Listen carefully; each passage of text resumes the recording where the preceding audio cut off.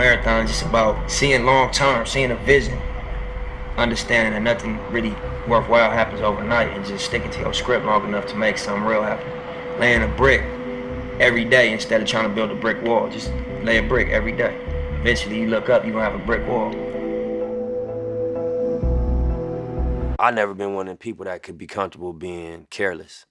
Some people I noticed the quality that they don't have that, they just don't have the I guess the pressure on themselves. You know, they just have a little bit of a comfort that I don't have. I don't feel comfortable unless I know I went above and beyond with my preparation. The things that possibly could happen, if I ain't take real steps to prevent those things, I'm not comfortable. I can't walk around, you know, charismatic and happy. Nah, I gotta make sure, you know, we setting up some type of wealth, because we might have a little bag right now, but we know a lot of people had a bag right now and they ended up bad. We got a core business, which is for me music, but then it's about building an enterprise around it. And I think, you know, that's what we see Jay-Z has done. That's what we see Puff has done. The music don't become how you pay the bills. It's a lot of pressure off of it. You got other things bringing in income. You can make music solely as an artist. You know, I was always a hustler. So when I talk to a young dude, I'm like, bro, my advice to you is gonna be money advice. I don't gonna get philosophical, religious advice. Yeah. Bro, get you some money, you're gonna feel different. Straight up. You might even, all that other advice I could have gave you, this is the short version. You know, get you a couple dollars, man. You're gonna feel different. Obviously, having a passion for music since day one, the dream and the vision was to, you know, start a label and start a music movement, a music brand. And then just thinking like, as a chess player, you know, assuming that we would have success in music, the next thing became, dang, what we do next? And just looking at the blueprint that people like Jay and Puff laid, we like wanna, you know, offer our opinion into fashion.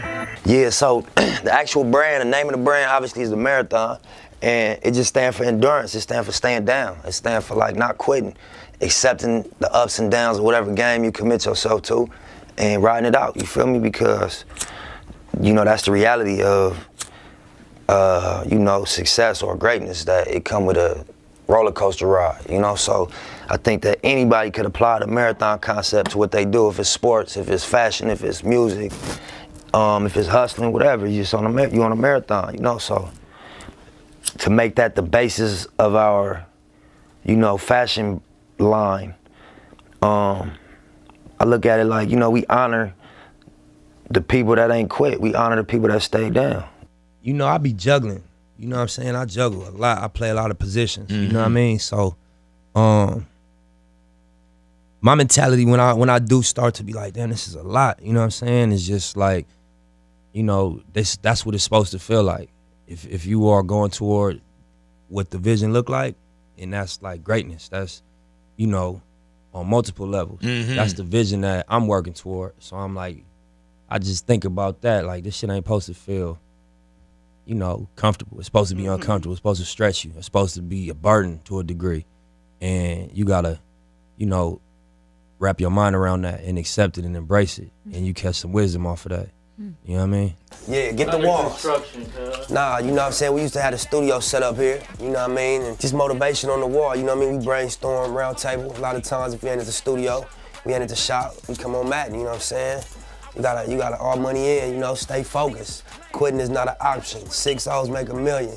Big money only. You don't talk about it, be about it.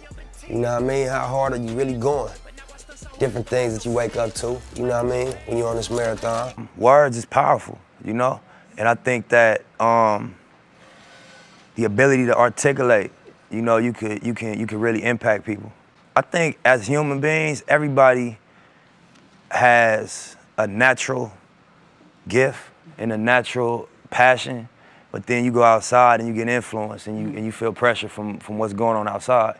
And so, you know, I read one time, like, would you rather be at war with yourself and at peace with the world, or at peace with yourself and at war with the world? And that was powerful for me. The most important thing, number one, is you gotta get rid of doubt. If you got doubt in what you're doing, it's not gonna work. You know what I'm saying? And the way to do that is you have a plan. Because if you got a plan, it's not like just a pipe dream. You have a step-by-step list of things to do to get to your goal. If you don't have that, it's very hard to really have faith in what you're doing. Cause soon as something pop up, it's gonna look like the end all. But if you got a game plan of everything you need to do, you know, one thing pop up, well, I still gotta do this, and that, so this ain't gonna stop me. You know what I'm saying? Another thing pop up, well, shit, I accomplished this 2 things. Since my last obstacle, I only got 3 more things to do. Let me keep pushing, fuck it. Pretty soon you attained your goal, and then you create another one. But without a game plan and without a strong sense of faith in what you're doing, it's gonna be real hard to accomplish anything. And I know, you know, it's a lot of obstacles out here. Family, baby mamas, the legal system, trouble with the law, you know, your homeboys being involved in a crab in the bucket syndrome, where, you know what I mean, you making moves and starting to make your way out, and people start trying to attach themselves to you and really become weight, you know what I'm saying, extra weight. And sometimes it's like kamikaze, they blow themselves up trying to stop you. So, you know, you gotta have faith in what you're doing and not take no for an answer. You'll get it. It'll be a long run, but you'll get it, for sure. You gotta go hard, you gotta believe in yourself, and you gotta have a sense of humor and know that bullshit is gonna happen. You can't be too serious about it and too emotionally affected when bullshit happens. You have to just stick to the script, believe, have overwhelming confidence, be your own biggest fan, your own biggest believer, and put it on your back and carry the weight. You feel me? Success to me, I say it a lot, it's just being able to do what you love to do and support yourself off of it. Live your dream and do what you love to do every day. So I'm successful in my eyes, because I don't sell dope, I don't go to work, but I do music and I love to do it. And that's all I have to do to maintain. Number one, you know, I just feel better, homie. I sleep better, you know what I mean? I got a level of, like, I'm at peace with what I'm doing. I feel good about what I'm waking up doing and about my lifestyle. At one point, I wasn't proud of my lifestyle. You know what I'm saying? I wasn't content with what I was doing on a day-to-day basis. I wasn't happy with that. So it was eating at me. Even though I'd be on the surface, cool and straight, deep down I knew that this wasn't the direction of what I need to be doing. Now I wake up with the feeling that I'm going in the direction that I'm here for. Like what I'm on this planet for, I'm doing it. When you don't have resources, you in survival mode. You know, so being in survival mode automatically rules out a lot of things, because you don't care about morality, because you don't experience morality. You experience, you know, the need to survive. You don't experience, you know, fairness. You don't experience planning for the future. You just experience my ribs touching. You know what I mean? And it's better me than you. And, you know, it's a survival instinct that kick in. So I think once you get out of the survival mode, your morals come back closer to your daily decision making. You start thinking about what's right and what do I believe in. But until you get out of survival mode, you ain't got time to be worrying about right and wrong. You worrying about bottom line. You know what I mean? By any means necessary. So I think that economics is the answer.